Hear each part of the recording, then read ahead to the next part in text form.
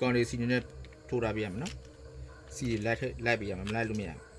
ဘူးဒီမှာဒီအချင်းခွင်းကျကအောက်က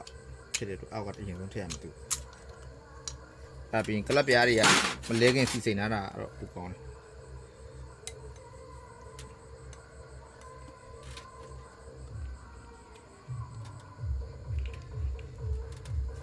အဲ့တော့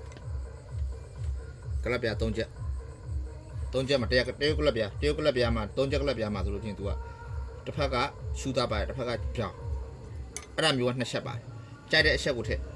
ရှူတာဒီတံပြားဘက်ကဟာရှူတာထည့်သူထည့်ရမယ်ဒီလိုမှမောက်တော့ထည့်လို့မရအောင်နော်သူထည့်ရမယ်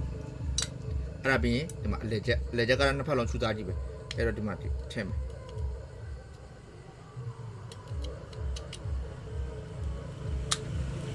အဲ့ဒါပြီးရင်တော့ထည့်မယ်နော်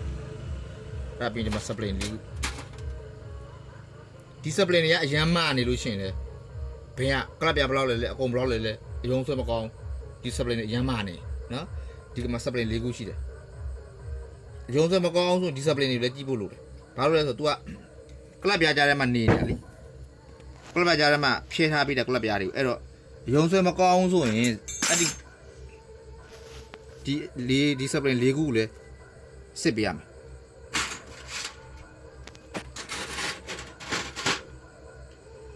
အကောင်းဆုံးကတော့သူ့ original discipline ကိုပြန်ထည့်ပေးတာတော့အကောင်းဆုံးပဲနောက်လာတဲ့ discipline တွေကအလုံးသေးရတယ်အလုံးကြီးတာနဲ့ရှည်တာနဲ့တိုးတာနဲ့စကားတွေကပြောတာအဲ့တော့ original ပါတဲ့ discipline ကိုတုံးတာတော့အကောင်းဆုံး